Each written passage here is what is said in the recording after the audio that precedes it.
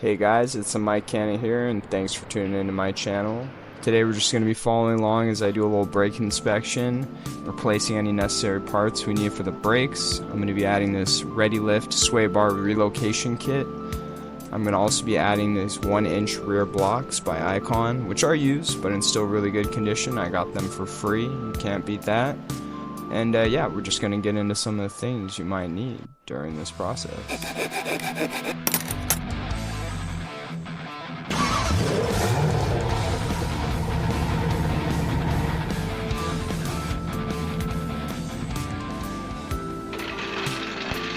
Okay, my friends, we're just going to go ahead and get right into it. You want to start by lining your jack up with your jacking point.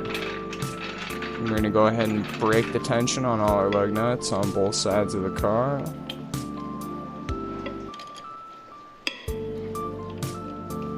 And once you're all done with that, you're going to go ahead and jack your car the rest of the way up, trying to leave enough clearance so you can fit your jack stands under there, somewhere underneath the body of the vehicle or chassis.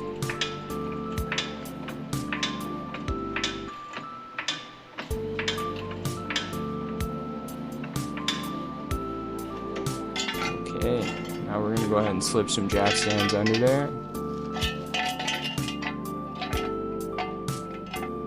Gonna let it down on those. And now let's go ahead and take our wheels off.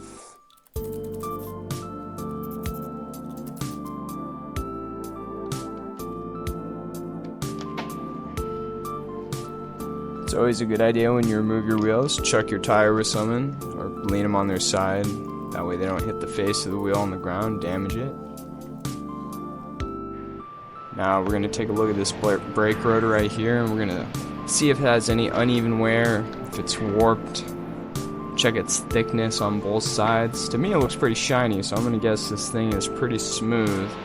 Don't see any warping. You could always take a ruler and put it on there and turn it, see if there's any uneven spots. But this looks like there's a lot of life left, so I'm going to reuse this. So we're going to uncap this only because when we push the pistons in on the brake calipers, it's going to push the fluid, and this is a pressurized system. So we're going to start by removing these two clips. Pretty easy, pretty self-explanatory. This bottom one won't come out without sliding the pins out, so we're going to undo it. And then we're going to slide out the top pin. And now the bottom pin. We're just going to allow this clip to come out.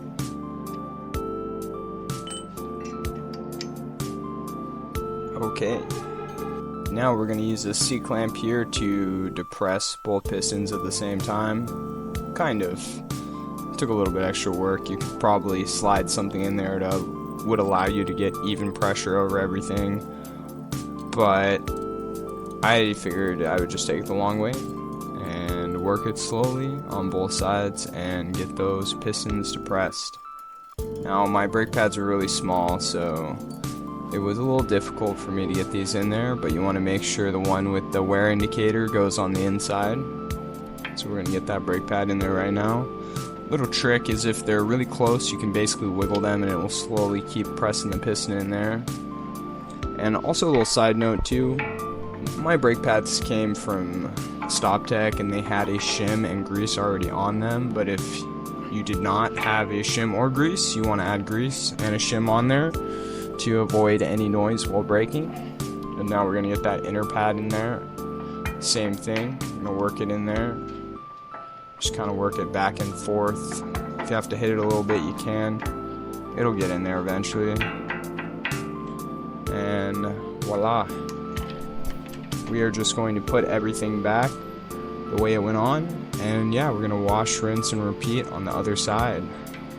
Doesn't hurt to step on your brake a few times afterwards and get those pistons to start depressing before you put the car down, just to be safe. Alright, now that we got our pin and our retaining clip back in there, we're going to go ahead and get the retaining clip back in its little slots so it can do its job. And now we're going to do the longer one on the outside that holds both the pins in. Kind of rotate it with the pliers if you need to.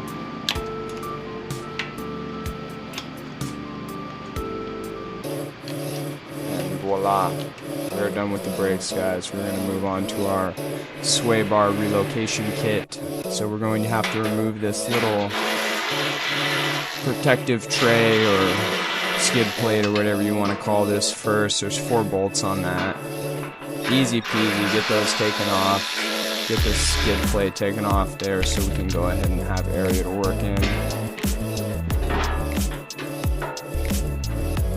Alright, now that that's out of the way, we are going to go ahead and remove the 2 bolts on each side that have the brackets that hold our sway bar in there.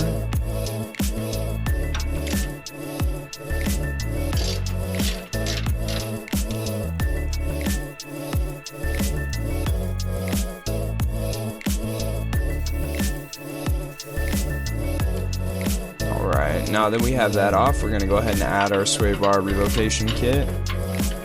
I'm reusing the factory bolts in these holes. It said to use the supplied ones, but I don't think the factory bolts will go into the new holes because they're too long.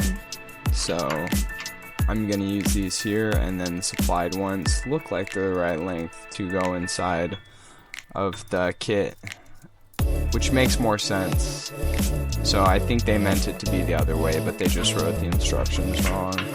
So we're going to get these as tight as possible, and then we're going to go ahead and torque them down. I'm doing 90 foot-pounds. It didn't exactly have a supplied amount on there, but I figured 90 is pretty good. Now we're going to reattach our sway bar onto that kit, and I'm using the bolts, and the one side torqued up fine, but I want to be completely transparent with you guys. I actually had a problem with the passenger side torquing it down. See, I get it torqued right here, but then I go to torque this side and it does not work. So I try to tighten it more, does not work. So my guess is that the bolt's just spinning in there, and that's because either it's too long or the kit is too short. And you know what? It was tight enough that I'm just going to leave it and see what happens. Because, as you can see here, I keep trying, and yeah, definitely not even getting 8 foot-pounds on there, so we'll just leave it. Okay guys, now let's get our wheels fitted back on there, get our lug nuts on, and get our wheels all tightened up. We are all done with the front of the vehicle, at least for today.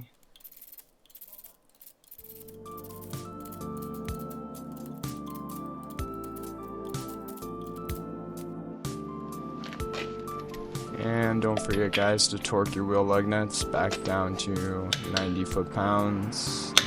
Use that star formation if possible, always.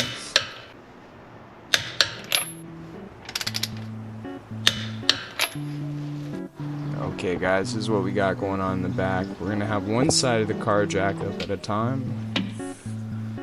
And to install these rear blocks, we need to get our shackles off first. We're just going to go ahead and power through those with a power tool. Nice and quick. This will take you absolutely forever to do by hand. So if you have power tools, go ahead and use them right now.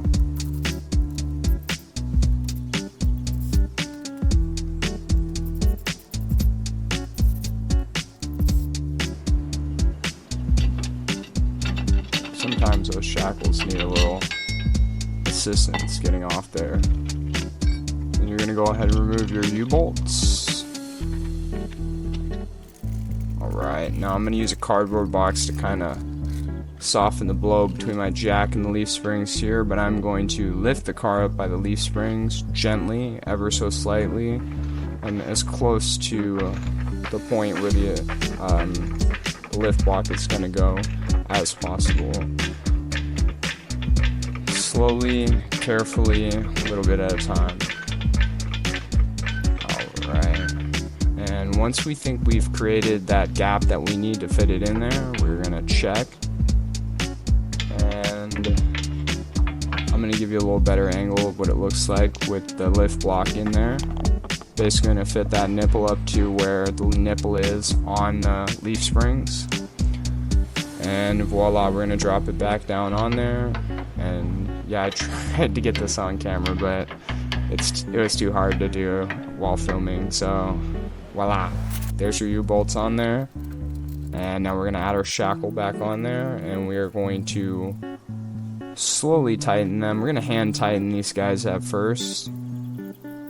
Get them as far on there as possible. And then we're just going to try to slowly tighten them little by little, getting the shackle as even on there as possible. Once you feel like you've gotten the shackle on there nice and straight, even, we're going to go ahead and put our wheel back on.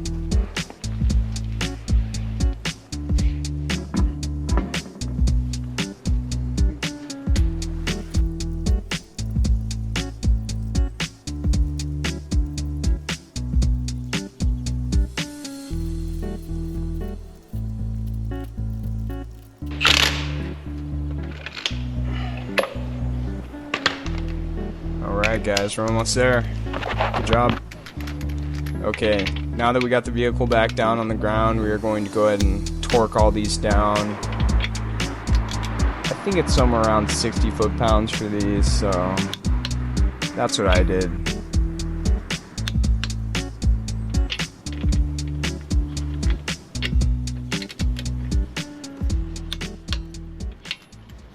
Alright guys, there it is. We're all done.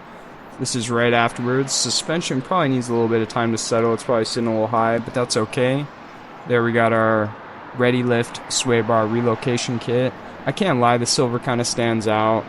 Because of the fault with the kit too, I might just have to switch over to like a black kit, like the Icon kit, which is exactly the same, but it's black, just for the stealth looks.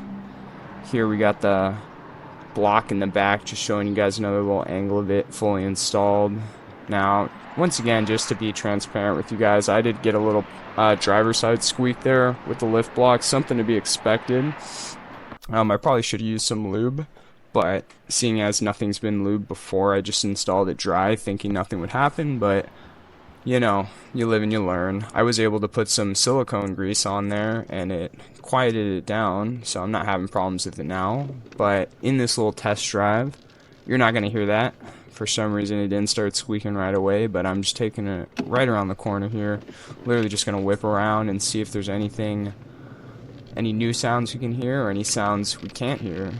Now, I didn't get you guys really a sample audio of the sound coming from the sway bar, but essentially there was like little baby contact happening between the coilovers and the sway bar because of the lift blocks that are on it. Kind of change the angles of everything and then put the sway bar really close to the coils. And the same thing would happen too if you were to install aftermarket coils. A lot of people have problems with the coilovers touching the sway bar, and so that's why these things are super common for these third gens. But yeah, no, it seems like it eliminated some of that ping from the side to side. Like when you would turn, you'd get a little pinging sound, and it's really annoying, really loud.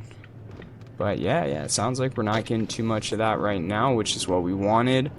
Brakes are stopping pretty good. So yeah, guys, I would call this a success, and I appreciate you all for following along. If you guys enjoyed any of this content, feel free to give me a like or a subscribe. I'm going to be coming out with some more videos soon. I got a pair of TRD Pro Fox shocks we're going to be installing, just getting them rebuilt by somebody from Tacoma World. Pretty awesome, pretty excited for that. And yeah, dude, maybe we'll have some more projects for the Civic soon, some more walkthroughs, how-tos. So yeah, keep your eye out for that. And once again, thanks for following along. Thank you for all your support. And you guys have a great day or night, whatever it is, wherever you are. Peace.